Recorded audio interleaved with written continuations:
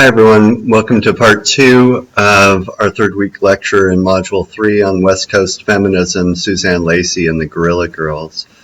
On the screen you're looking at one of the early works by Suzanne Lacey known as Inevitable Associations, which has to do with her critique of ageism in the United States as it pertains to women.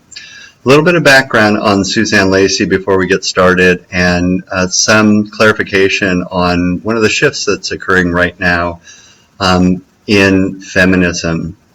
First, Suzanne Lacey studied psychology originally and got an MA in psychology. She focused in her studies on psychosomatic illnesses, so the way that one's experience or the affect of various things on the mind manifest themselves in physical ailments in people, which is important if you think through what her work ends up being about. It's kind of like the intersection between societal norms and expectations and various prejudices people confront, and as how these then manifest themselves in our everyday lives, physically in ailments or in our own experience of the world.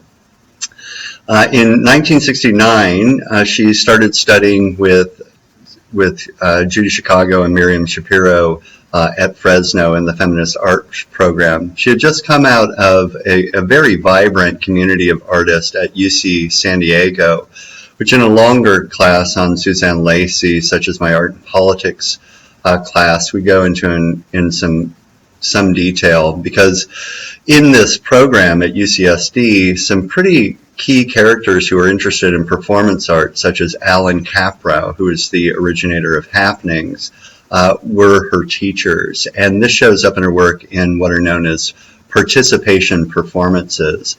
Performances in which the artist kind of sets up a situation, but the key performers in the work of art are everyday people who are talking about their concerns. And frankly, it's kind of like a broadening of the consciousness raising types of meetings that were performed in the feminist arts programs.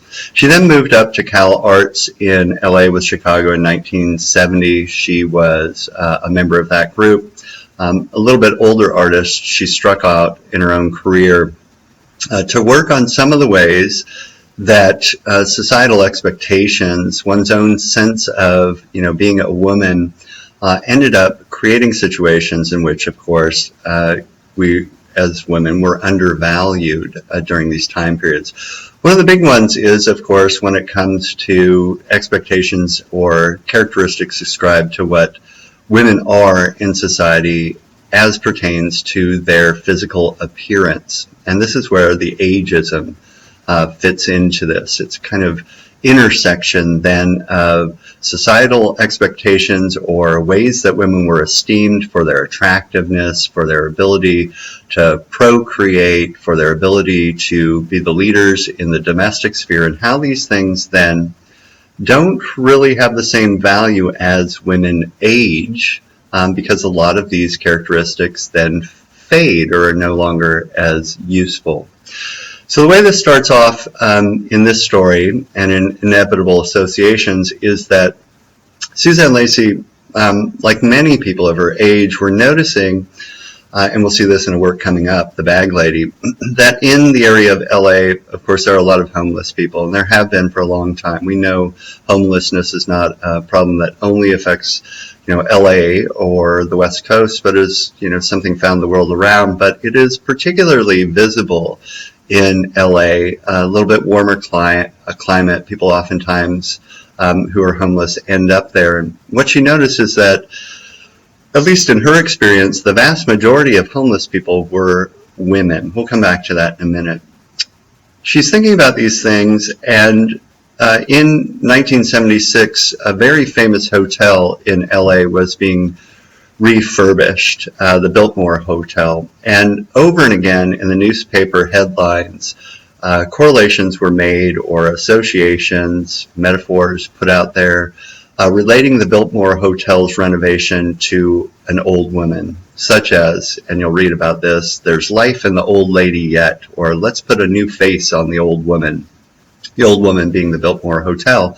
And she's was thinking to herself, wow, it seems like the Biltmore Hotel, a form of architecture, is getting more attention than old women themselves. What does all of this mean?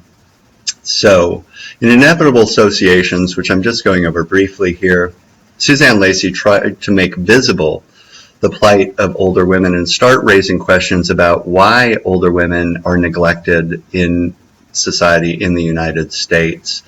She sat in the lobby. She actually, made arrangements with the hotel, sat in the lobby in red chairs, originally with 4 other women, as you see over here on the right-hand side, after having undergone a ritualistic makeover to make her look old. On the left-hand side of your screen, you see Suzanne Lacey through various forms of theater makeup made to look old. At this stage, she's in her mid to late 20s, I suppose. This was to raise the awareness and give her a real experience of what it felt like to be an old woman and to basically be invisible in the world. Sticking in the hotel lobby, of course, was a way to effect a reversal of this invisibility by making them visible. And in this performance, more and more older women would show up. They're all dressed in black. This was symbolic of their invisibility in society. And as more and more women showed up, they kept talking about some of the issues that confront them. And the audience, whoever that is who would stop by, could hear these stories and hear, how ageism affected these women. In addition to that, flyers were passed out associating aging and ageism with plastic surgery, and associating this in turn with the renovation of the Biltmore Hotel, again trying to raise consciousness about ageism in the United States. Soon after this, Suzanne Lacey went off on her own performance where she made herself up as a bag lady and lived in the streets in the LA County area for about a week to experience the effects of being one of these invisible members of society. As I said before, during this time period, and I'm quite familiar with it actually, and I'm going to go into that in a minute, you could look around the streets of LA and find these homeless women everywhere, but only if you looked, because they were so frequent and so kind of undervalued in society that people just stopped seeing them. So she wanted to experience this for herself.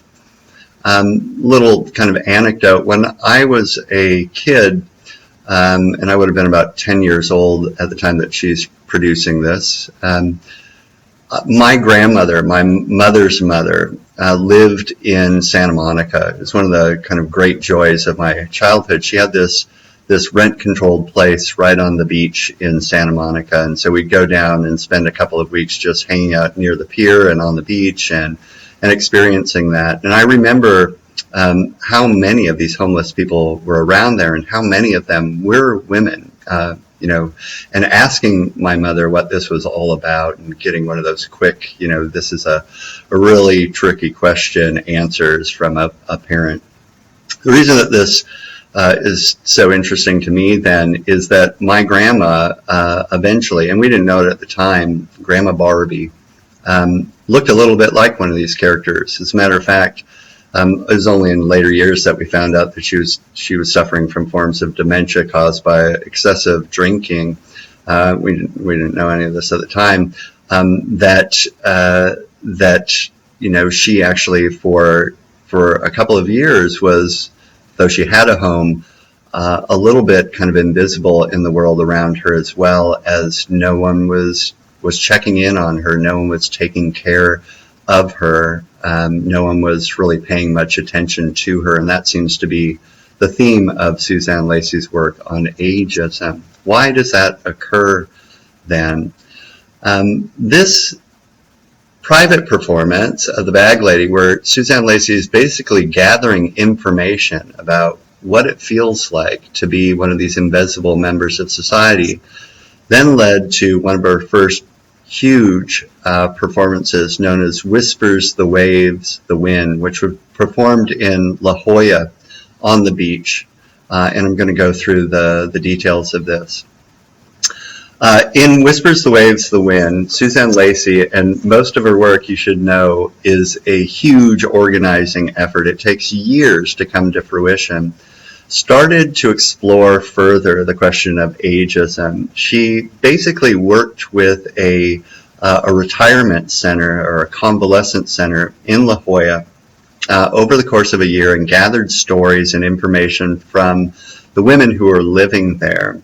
What she found over and again is that one of the reasons that ageism so disproportionately affects women, it's an asymmetrical relation as we oftentimes call it, more affecting of women than it is of men, is that some of the key ways that women are valued traditionally in Western culture, and particularly in the United States, are characteristics associated with their youth, their physical attractiveness, their ability to procreate, their running of the household and nurturing of the children. At a certain age, these things fade and begin to go away, at least according to the standards. They don't change. We tend to think, attractiveness is associated with youth, ability to procreate children, that's something that also is usually associated with youth.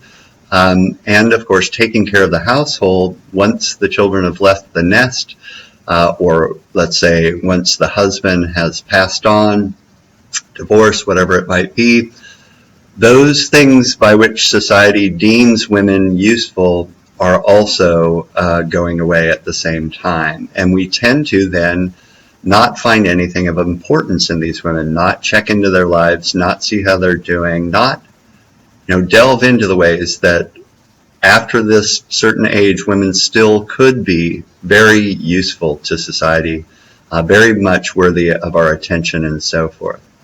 So what she then did is she, in the end, took 154 of these women who she had been working with for a year, all age 65 or older. She clad them all in white, and she sat them on tables, 4 to a table, on the beach in La Jolla.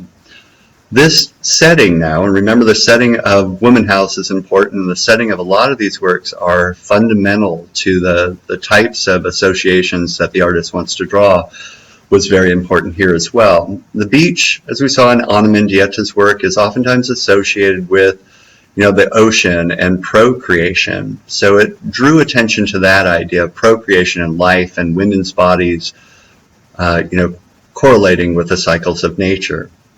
The other thing that it is associated with, of course, and I think most of us know this, is the beach is a place to go be seen. You're on display, especially at this time period, women, and body image becomes essential and physical attractiveness becomes essential, particularly in the United States. I remember going for my first trip through Europe and ending up on a beach in Italy where, older women are running around on the beach in various states of, unclothedness and really being a bit perplexed in my youth about this because it was so unfamiliar to me. But in the United States, we tend to think if you're going to the beach, if you want to look good, you're supposed to be there to be attractive, and you're really kind of on display, and she wanted to call attention to that. Now, these women then were seated on the beach while, as you see, the audience is seated up above, or standing up above on the bluff there, watching them in this beautiful setting, talking to one another. And what they're talking about is their own experience of age. They're trying to, it's like an expansion again of consciousness raising in these feminist art forum.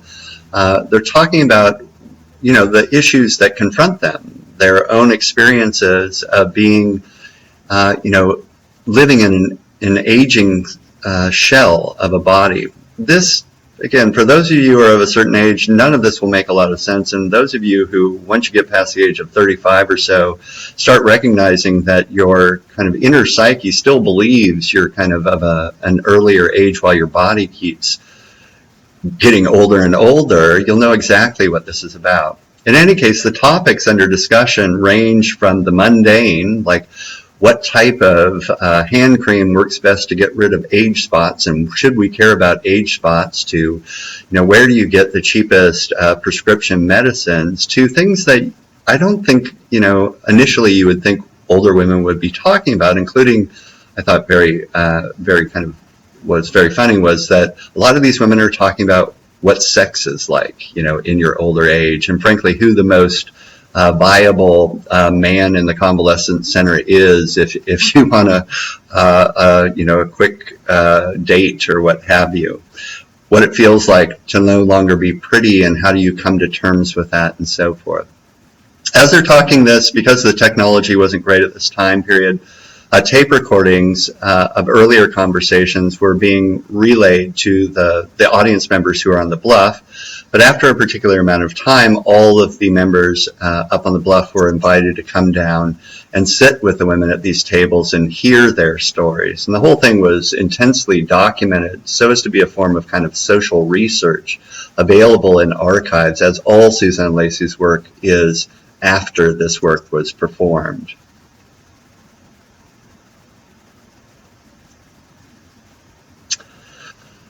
A number of years later, almost 10 years later, or 3 years later, Suzanne Lacey reprised this event, same set of ideas, a number of women, now over 400, ages 65 and above, now appropriated an office space in the commercial offices in downtown Minneapolis to perform this work called Crystal Quilt.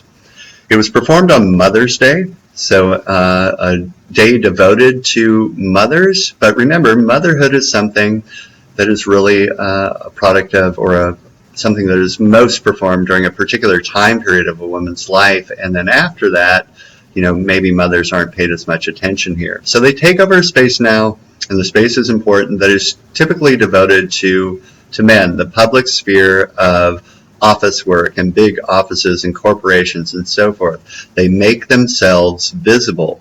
The quilt scheme that you see here was actually designed by Miriam Shapiro for them. And then they sit at these tables, and just like in Whisper the Waves, the Wind, they talk about their experiences and the issues that confront them as aging women. In this case, the technology had developed a bit, and direct sound recordings in live time were piped to the mezzanine level so that you could kind of eavesdrop in on their conversations and hear what they're talking about and gain some insight on these things, as well as later on sitting down with them. One of the mantras that erupted in the midst of their talking periodically was, "I'm not aging, I'm ripening," which all the women would chant together.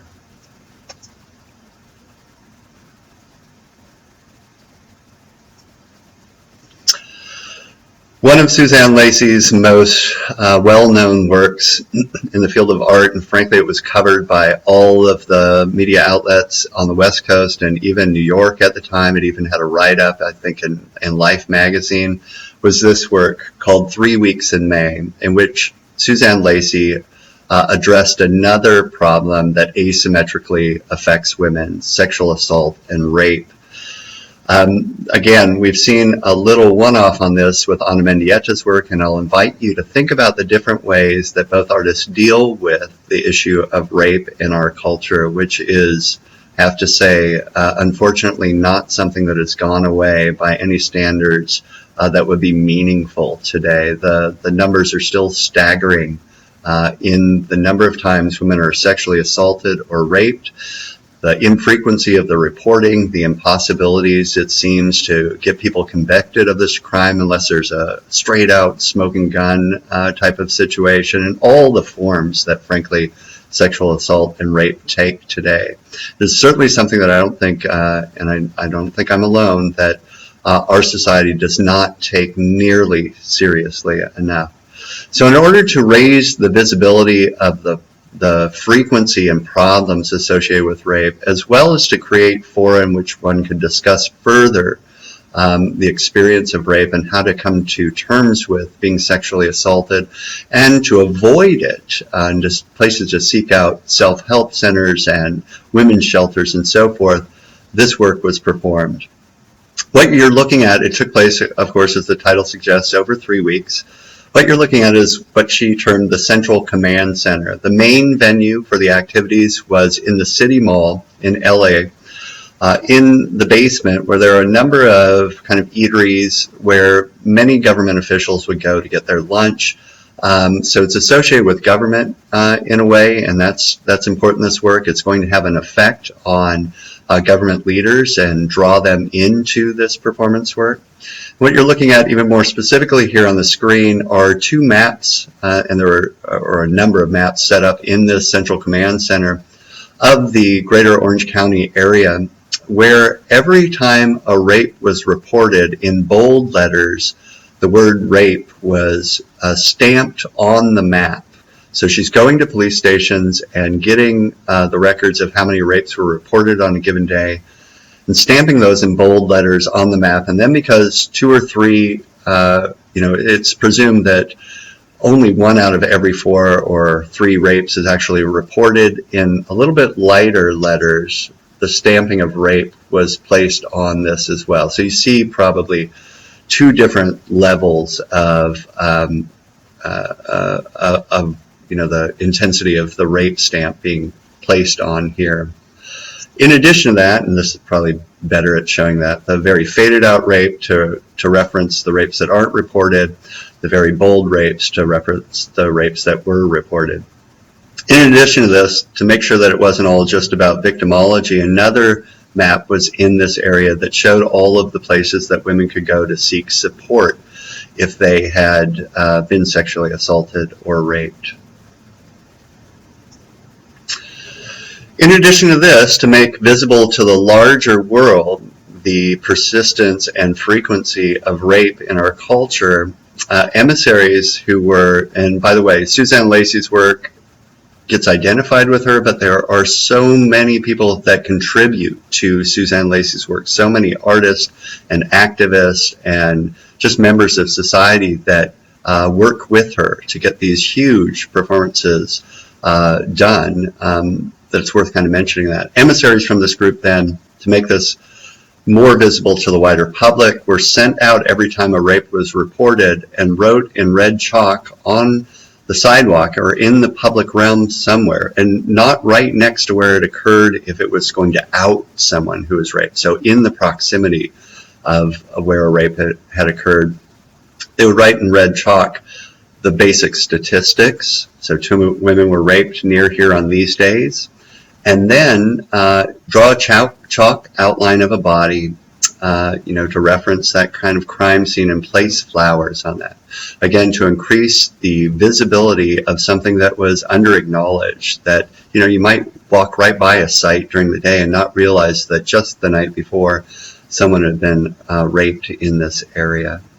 Now, I have another anecdote for you, a little bit better one. One year I taught this to a class, and one of the possibilities for projects in the class was to create a performance that was based upon works that you'd seen before. And one of the members of my class who was noting something very similar between not just sexual assault and rape, but the way women in the U District are oftentimes asked to smile at boys, or basically pestered, asked to kind of present themselves for the men, catcalled, and so forth. She wanted to draw attention to this, and it's a much kind of larger project than I'm going to relate here, but one component of it was that she made these little, quite beautiful chalk figurines based upon ancient fertility goddesses, and she used those to go out and write some of the things that had been said to her and her friends over the last month or so that were, forms of male aggression towards women. She wrote these on the sidewalk around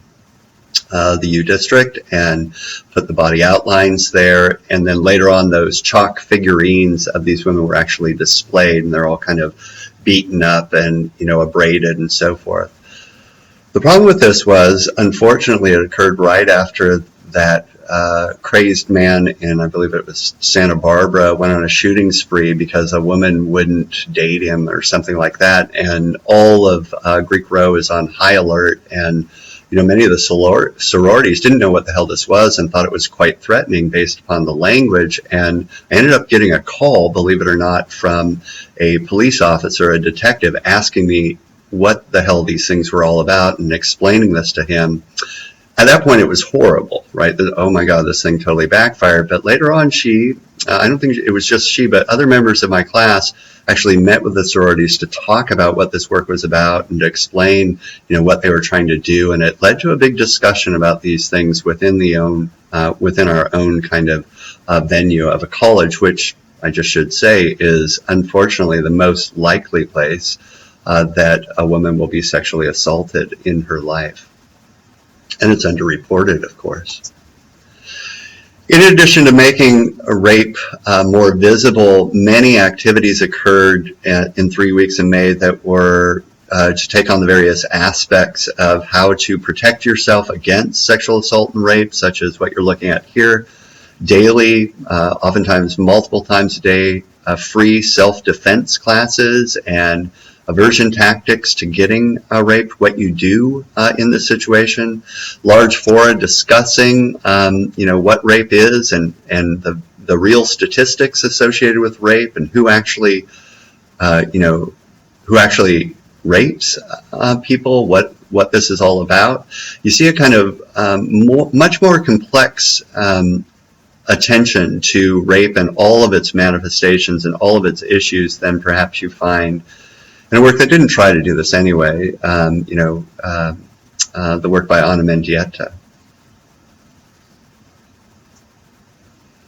Here she is in the Central Command Center giving a kind of public address with one of the other contributors to this work that drew in crowds of people, including news reporting agencies and government officials, to talk about rape statistics and ways that women could seek help if they are raped and so forth.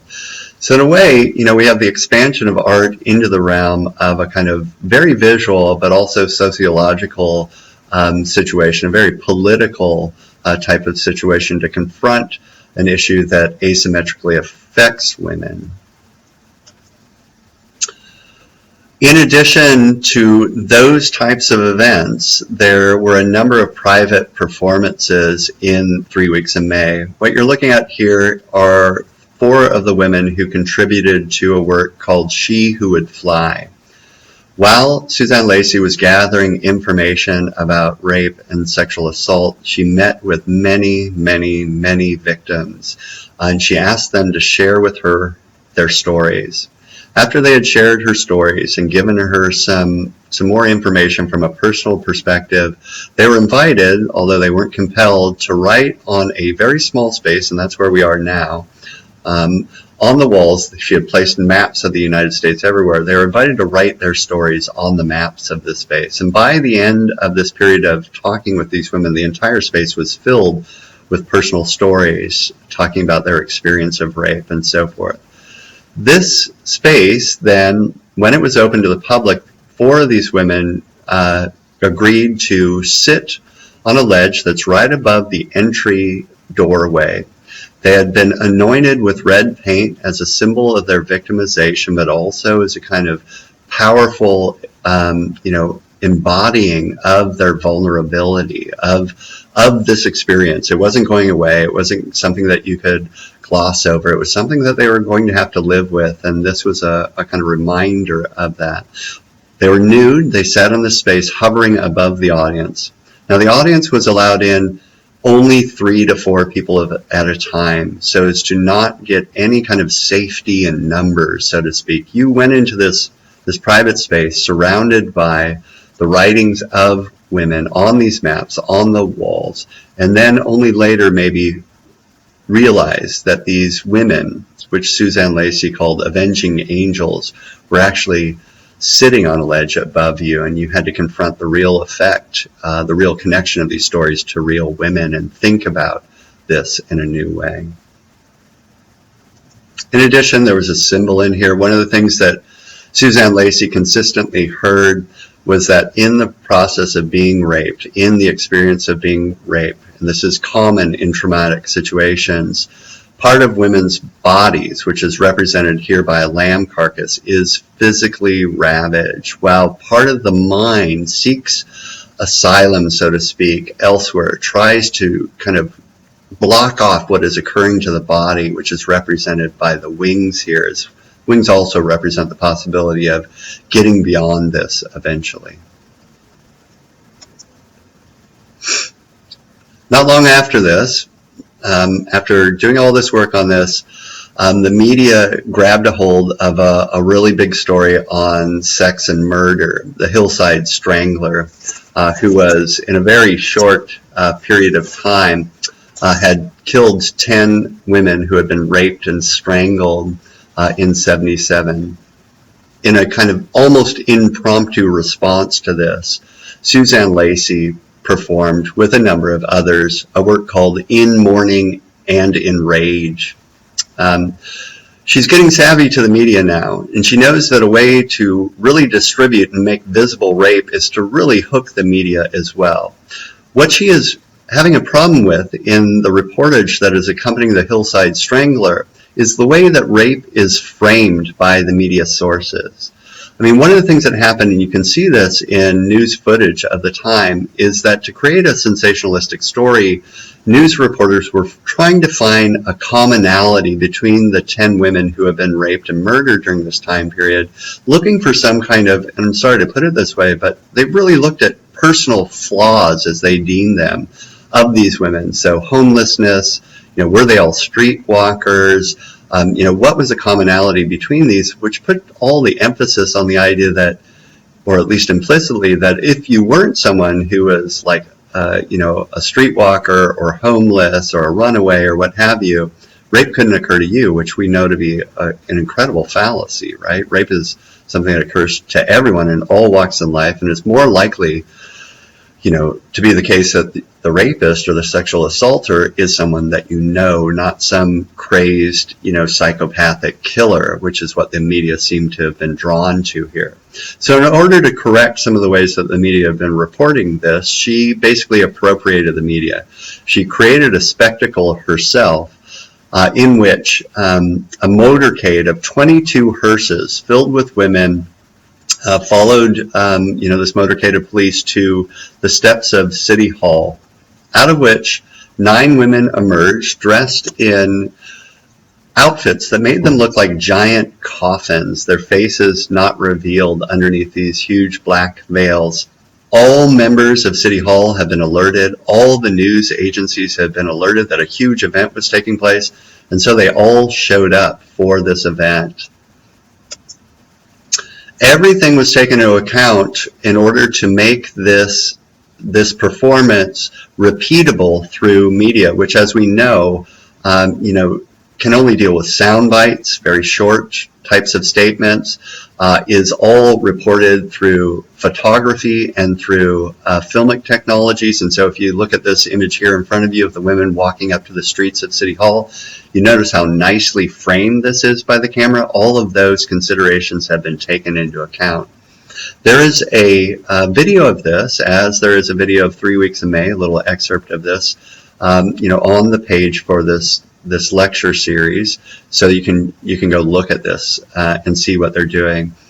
You see them standing here on City Hall. One after another, women stepped up to the microphone and gave a very short statement, usually about statistics concerning rape, and mentioned and drew attention to the women that were raped both by the Hillside Strangler and then in the last week, in the last month, in the last year, in the LA County area in the United States, so as to draw our attention to the prevalency of this. And then Suzanne Lacey stepped up to the microphone and tried to draw some attention to the ways that the media was really misrepresenting what rape usually looked like and the ways that you can protect yourself against rape. In between each statement, all of the women chanted, "In memory of our sisters, women fight back." And then the next one would step up. After this had been performed, members of the government, political leaders, of course, seeing their moment to make a statement about this, to respond to this, stood up to the mic and offered their solutions to this. And unlike so much political work of art that's out there, in this case we have very clear kinds of outcomes that can be assessed in this work. Number one, money that had originally been designated for the capture of the Hillside Strangler got redesignated for women's self-defense classes as well as women's hostiles. For the very first time ever in California, a rape hotline number was listed in the Yellow Pages. The Yellow Pages didn't want that in there, I guess because they saw it as bad advertising, but they decided to do that. And numerous discussions were held with various media sites, newspapers, and television stations to talk about strategies for the reporting of such crimes. The last group that we're going to look at today very briefly are the Guerrilla Girls. Now this is one of those groups that you know, you kind of inch your way into. The Guerrilla Girls came about in the 1980s, kind of, you know, the Reagan years, where we had this conservative turn in politics and the ERA has been defeated, and then simultaneously to this we have an art market boom that doesn't include, frankly, women artists, or at least not at the same degree as their male colleagues at this time. And so what the Guerrilla Girls are essentially are women artists, and they can be visual artists, they can be writers, it doesn't matter, who may or may not in their own works deal with questions of feminism or inequality. I mean, they may or they may not, but all believe in the need for equality in the realm of arts, who thus maintain their anonymity so that, like we saw in George O'Keeffe's work and many of the earlier women artists who didn't want to be associated with feminism because it's an iffy label and it was going to marginalize them and ghettoize them, they maintained their anonymity by adopting the names of famous women artists of the past and wearing gorilla masks when they go out in public. What you're looking at here on the screen are a couple of what are known as the publicity flyers for the Guerrilla Girls, who are on the left. You see, you know, this angry face looking at something that is, you know, the jewelry that prettifies women and really makes us think about how women are esteemed, and if they aren't pretty, they're not particularly useful. Obviously, the gorilla mask is a way of deflating that notion as well as preserving anonymity. Their main strategy for drawing attention to the inequities of the art world were these posters that would go up all over cities. First in New York. This tended to be a phenomenon that started in New York and then branched out to many other cities. And in these flyers or these posters, they tend to use just straightforward, you know, straightforward statistics. So you can't, I mean, I think we know today that statistics can kind of skew our views of things, but in a way they're very kind of compelling too, in that they're fairly objective as well. So how do you argue with this one? How many women had one-person exhibitions at New York City museums last year? And you see the statistics, only one, which means that every other exhibition in these venues was for men. You know, why is that the case? This one is kind of funny. I usually put this up there. You know, obviously, some of the advantages of being a woman artist, which is mockingly the title, might be associated with all artists in general. But many of them are also particular to women. So working without the pressure of success, not having to be in shows with men, because of course, if you're a woman, all of your art must be about your experience as a woman. Having an escape from your art world job and your 4 freelance jobs. Now, I'm sorry to say, but for early career artists, that's pretty common, and on and on and on here, of all the problems that confront women. One of the most emblematic of all of these posters was this one. Think back to John Berger in our first lectures.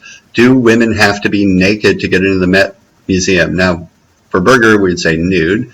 But here, less than 5% of the artists in the modern art sections are women, but 85% of the nudes are female.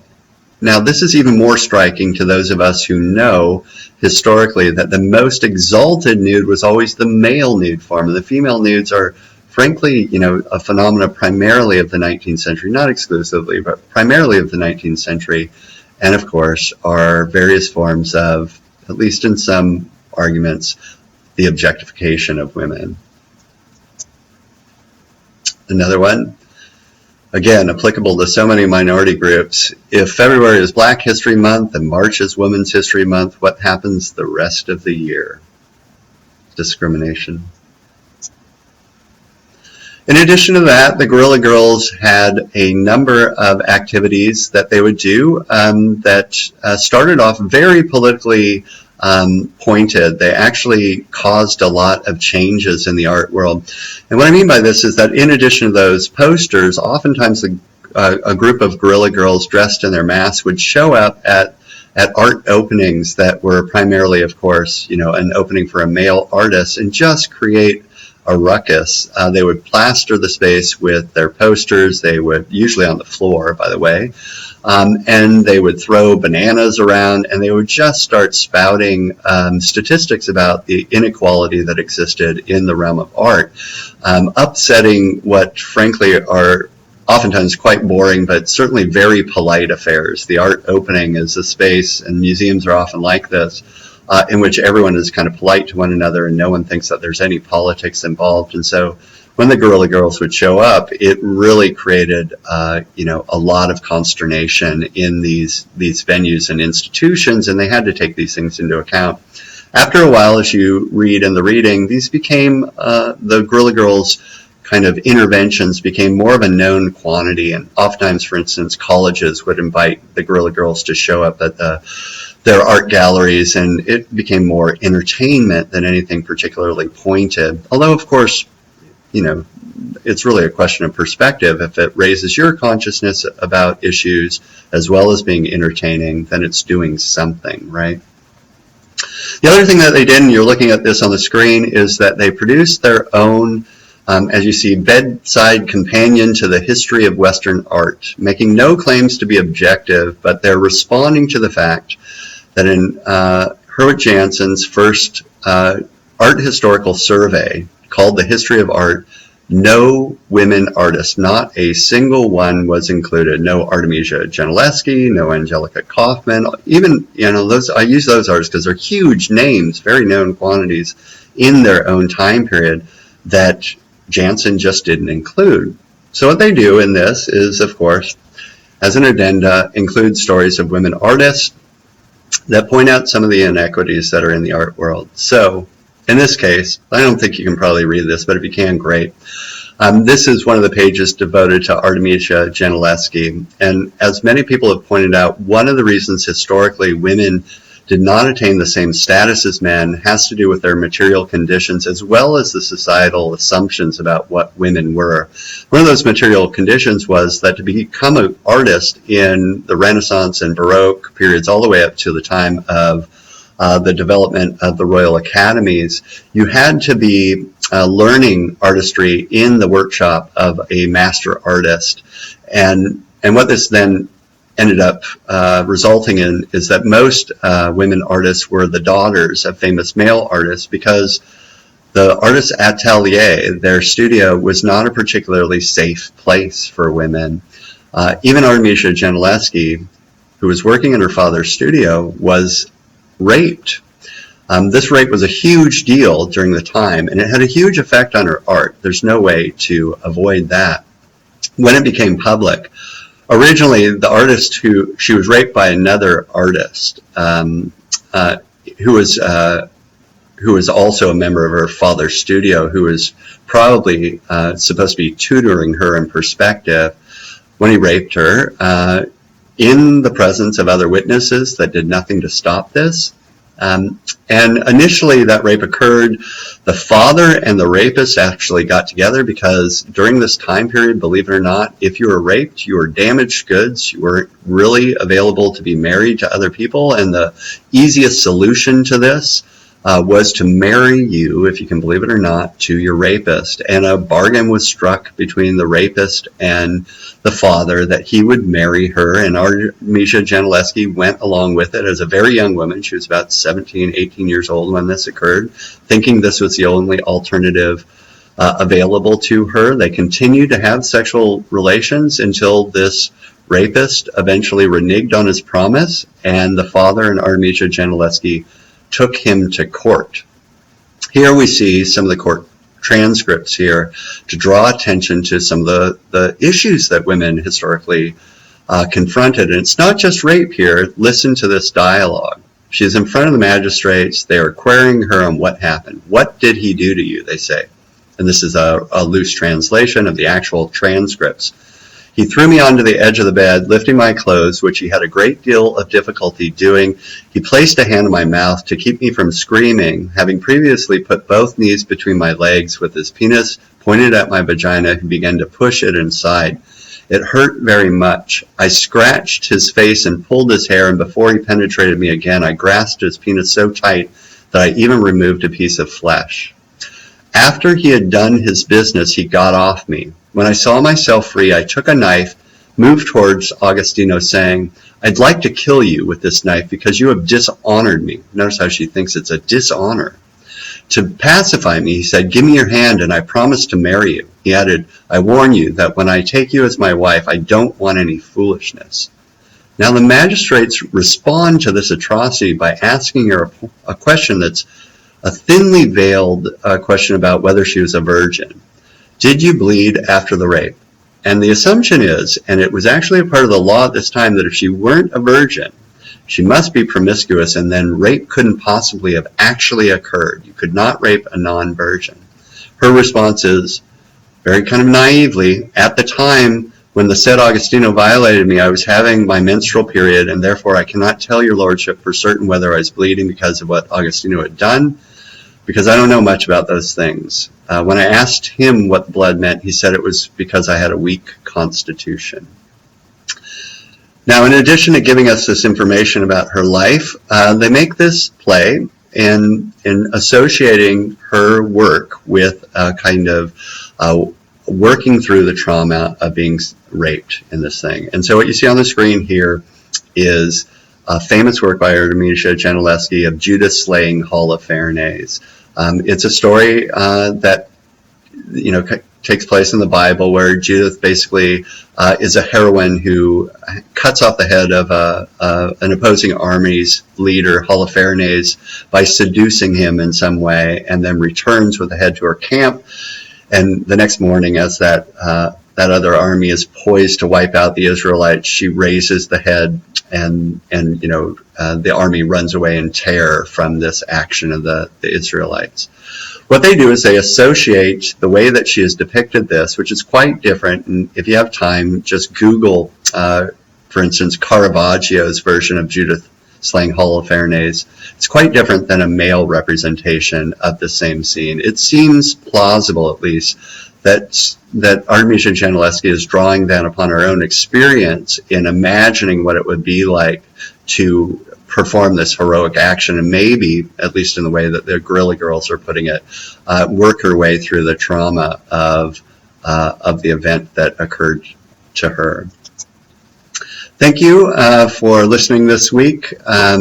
What I'd like you to be thinking about, in addition to the readings, are the ways that, early feminist ideas about redefining and revaluing essential characteristics of the feminine then expand into activist feminist work such as Suzanne Lacey's and the Guerrilla Girls that take on inequalities directly head-on in the world of art, and how those activist forms really deal with the question of identity. In other words, if you are misunderstood as one thing or another, or if the assumptions about who you are that prevail in society are one thing or another, how do these activist forms dealing with things such as ageism or sexual assault and rape or underrepresentation, how are they forms of claiming a different form of identity or contesting the identity by which you are understood by culture?